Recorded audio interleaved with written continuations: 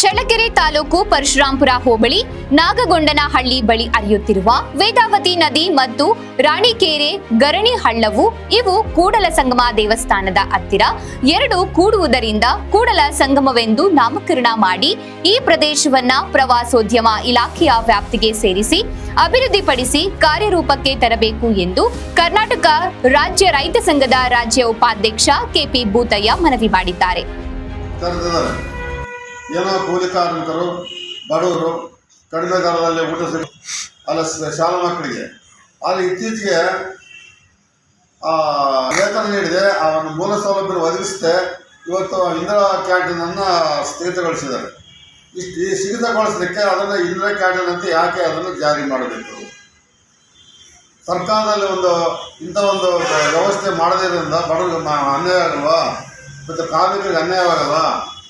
ಆ ಯೋಜನೆಯನ್ನು ಬಡವರಿಗೆ ಮತ್ತು ಕಾರ್ಮಿಕರಿಗೆ ಮತ್ತು ಶಾಲಾ ಮಕ್ಕಳಿಗೆ ಅಥವಾ ಅನ್ನ ಭಾಗ್ಯವನ್ನು ಒದಗಿಸಬೇಕಂತ ಸರ್ಕಾರದ ನಿಯಮ ಇರೋದ್ರಿಂದ ಸರ್ಕಾರ ಈ ಸೌಲಭ್ಯವನ್ನು ಒದಗಿಸದೆ ಅಲ್ಲಿ ಕಾರ್ಮಿಕರಿಗೆ ವೇತನವನ್ನು ಕೊಡದೆ ಇವತ್ತು ಸ್ಥಗಿತಗೊಳಿಸಿ ಇಡೀ ಈ ತಾಲೂಕಿನ ಬಡ ಜನತೆಗೆ ಅನ್ಯಾಯ ಆದಂಗಾಗಿದೆ.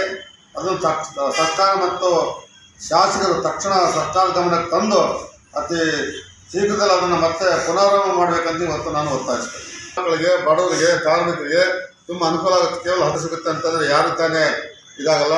ಅಂಥ ಒಂದು ಬಡ ತಾಲೂಕಿನಲ್ಲಿ, ಒಂದು ಬಯಲುಸೀಮೆ ತಾಲೂಕಿನಲ್ಲಿ ಆ ಬಡ ಜನರಿಗೆ ಅನುಕೂಲ ಆಗಲ್ಲ ಅಂತ ಇವತ್ತು ಸರ್ಕಾರಕ್ಕೆ ನಾನು ಒತ್ತಾಯಿಸ್ತೇನೆ. ಅವರು ನಮ್ಮ ಚಳ್ಳಕೆರೆ ಟಿವಿಯೊಂದಿಗೆ ಮಾತನಾಡಿದ ಅವರು, ಈ ಕೂಡಲ ಸಂಗಮದ ಹತ್ತಿರವಿರುವ ದೇವಸ್ಥಾನಗಳಲ್ಲಿ ಪ್ರತಿ ಶನಿವಾರ, ಸೋಮವಾರ ಈ ಪುಣ್ಯಕ್ಷೇತ್ರಕ್ಕೆ ಬಂದು ಭಕ್ತಾದಿಗಳು ಪೂಜೆ ಸಲ್ಲಿಸಿ ಪಾವನರಾಗುತ್ತಿದ್ದಾರೆ. ಕೂಡಲ ಸಂಗಮದ ದೇವಸ್ಥಾನದ ವೇದಾವತಿ ನದಿಗೆ ಅಡ್ಡಲಾಗಿ ಕೋಟಿ ರೂಪಾಯಿಗಳ ವೆಚ್ಚದಲ್ಲಿ ಈ ಶಾಸಕರಾದ ಟಿ ರಘುಮೂರ್ತಿರವರು ಪರಿಶ್ರಮದಿಂದ ಬ್ಯಾರೇಜ್ ನಿಲ್ಲಿಸಿದ್ದು, ಬ್ಯಾರೇಜ್ನಿಂದ ನೀರು ಸಂಗಮದ ದೇವಸ್ಥಾನದವರೆಗೆ 3 ಕಿಲೋಮೀಟರ್ ದೂರದವರೆಗೂ ನೀರು ನಿಲುಗಡೆಯಾಗಿ ಕೂಡಲ ಸಂಗಮವನ್ನ ಸುತ್ತುವರೆದು ಪುಣ್ಯ ಸ್ನಾನ ಮಾಡಲು ಭಕ್ತಾದಿಗಳಿಗೆ ತುಂಬಾ ಅನುಕೂಲಕರವಾಗಿರುತ್ತದೆ ಎಂದರು.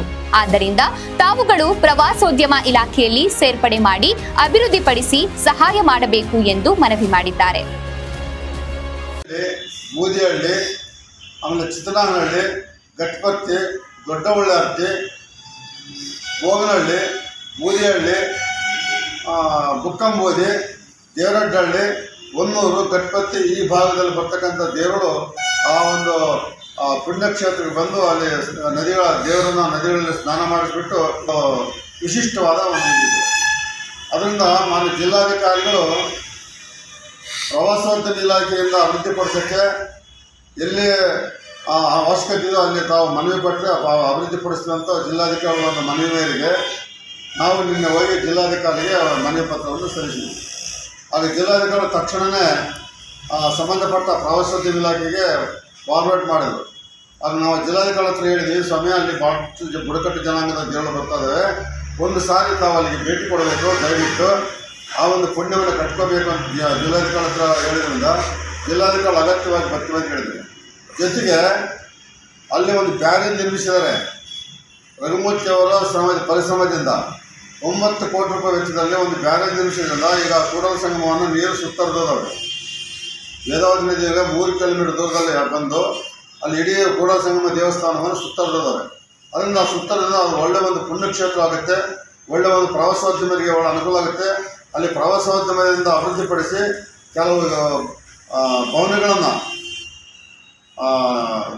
ನಿರ್ಮಲಿಗೆ ತಂಗಲಿಕ್ಕೆ ಅವರು ಆ ಮದುವೆ ಕಾರಣದಲ್ಲಿ ಮಾಡೋದ್ರಿಂದ ಎಲ್ಲ ಶುಭ ಕಾರಣಕ್ಕೂ ಅನುಕೂಲ ಆಗುತ್ತೆ ಅಂತ ಇವತ್ತು ನಾವು ಜಿಲ್ಲಾಧಿಕಾರಿಗೆ ಒತ್ತಾಯಪಡಿಸ್ತೀವಿ. ಜೊತೆಗೆ ಸರ್ಕಾರ ಇಲ್ಲಿ